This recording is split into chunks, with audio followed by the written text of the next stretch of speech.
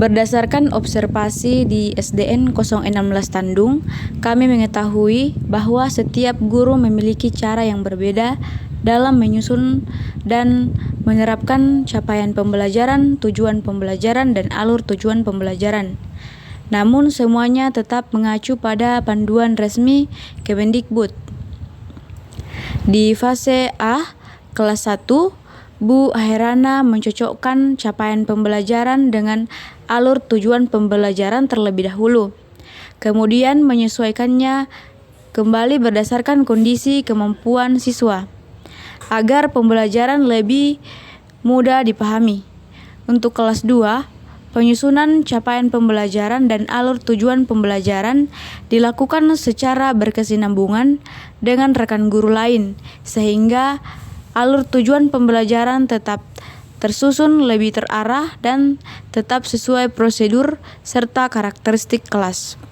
Pada fase B, kelas 4, guru menjelaskan bahwa tujuan pembelajaran dan alur tujuan pembelajaran diperoleh dari capaian pembelajaran yang diberikan Kemendikbud melalui link atau file.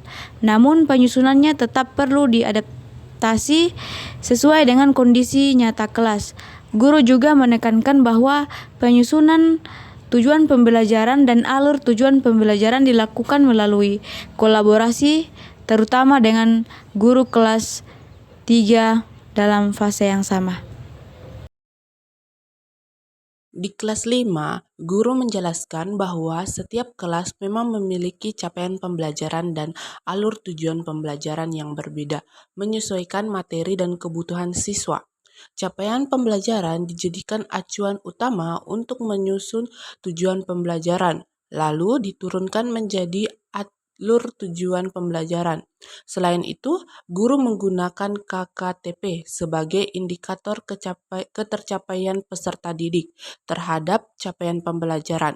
Nah, capaian pembelajaran tetap mengacu pada Kemendikbud, namun alur tujuan pembelajaran dapat dimodifikasi sesuai kondisi kelas. Di kelas 6, capaian pembelajaran juga berasal dari Kemendikbud dalam bentuk PDF. Penyusunan tujuan pembelajaran dilakukan berdasarkan KKO taksonomi Bloom. Kemudian, guru menyusun alur tujuan pembelajaran dari tujuan pembelajaran yang sudah dibuat. Guru kelas 6 juga berkolaborasi dengan wali kelas 5 untuk menyesuaikan tingkat kesulitan, karakteristik siswa, dan kebutuhan masing-masing kelas agar tujuan pembelajaran dapat tercapai dengan baik. Di sini saya akan menjelaskan keterkaitan capaian pembelajaran dan alur tujuan pembelajaran dengan dimensi profil lulusan. Capaian pembelajaran dan alur tujuan pembelajaran memiliki hubungan yang sangat penting dengan dimensi profil lulusan. Capaian pembelajaran adalah tujuan belajar besar yang harus dicapai siswa, sedangkan alur tujuan pembelajaran adalah langkah-langkah lebih kecil yang harus dilakukan guru supaya tujuan belajar itu bisa tercapai.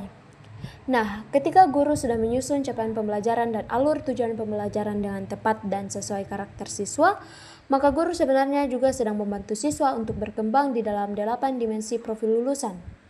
Dimensi profil lulusan bukan hanya tentang pengetahuan saja, tetapi juga tentang sikap, cara berpikir, cara bekerja sama, cara berkomunikasi, dan cara menjadi pribadi yang baik.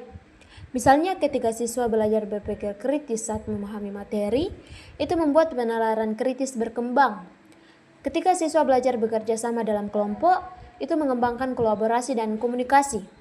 Ketika siswa belajar mengerjakan tugas sendiri sesuai kemampuannya, itu melatih kemandirian.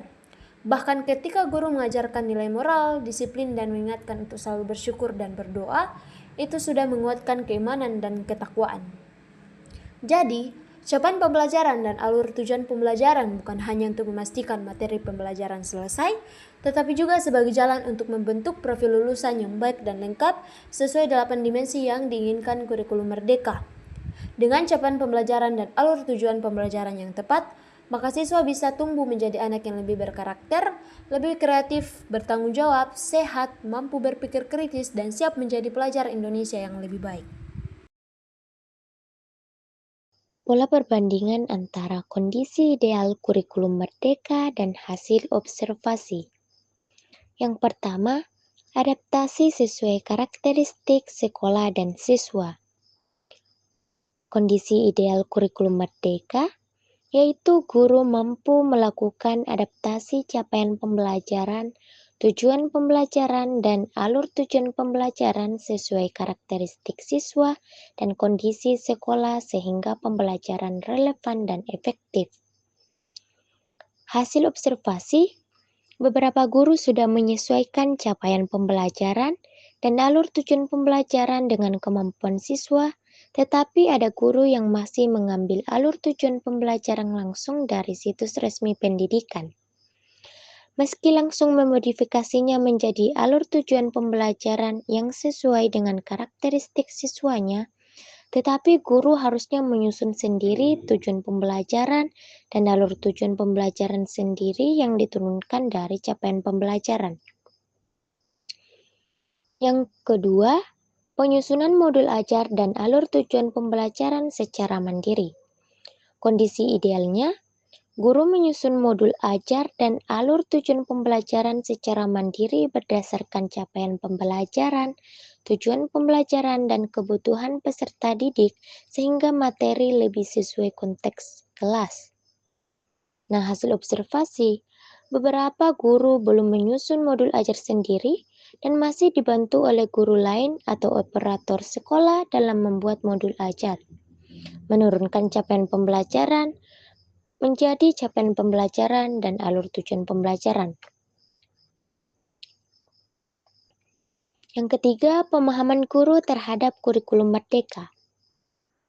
Kondisi idealnya, guru memahami prinsip kurikulum merdeka termasuk hubungan capaian pembelajaran, tujuan pembelajaran, alur tujuan pembelajaran, dan 8 dimensi profil lulusan, sehingga mampu menerapkannya dengan tepat. Nah, hasil observasi, ada guru yang masih belum sepenuhnya memahami kurikulum merdeka, jadi dalam menyusun perangkat ajar, biasanya harus dibantu oleh guru lain. Yang keempat, kolaborasi antar guru dalam satu fase. Kondisi idealnya, penyusunan capaian pembelajaran, tujuan pembelajaran, dan alur tujuan pembelajaran dilakukan dengan kolaborasi guru dalam satu fase untuk memastikan konsistensi dan kualitas pembelajaran. Nah, hasil observasi, guru-gurunya sudah berkolaborasi dalam menyusun alur tujuan pembelajaran bersama untuk dibagikan ke setiap kelas dengan fase yang sama meski ada yang masih belum memahami cara menyusunnya dengan baik. Mereka juga turut membantu guru yang kesulitan dalam membuat perangkat ajarnya sendiri. Yang kelima, penggunaan asesmen. Kondisi ideal, guru menggunakan berbagai jenis asesmen seperti diagnostik, formatif, dan sumatif untuk memantau capaian pembelajaran dan menyesuaikan pembelajaran. Hasil observasi, guru sudah menggunakan asesmen diagnostik, formatif, dan sumatif. Meskipun ada yang tidak lengkap, misalnya hanya menggunakan 2 asesmen, tetapi mereka sudah melakukan penilaian yang beragam untuk menilai siswanya.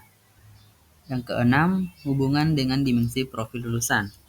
Kondisi ideal, capaian pembelajaran, tujuan pembelajaran, dan alur tujuan pembelajaran diarahkan untuk mengembangkan 8 dimensi profil lulusan secara seimbang, termasuk penalaran kritis, kolaborasi, kreativitas, kemandirian, dan komunikasi.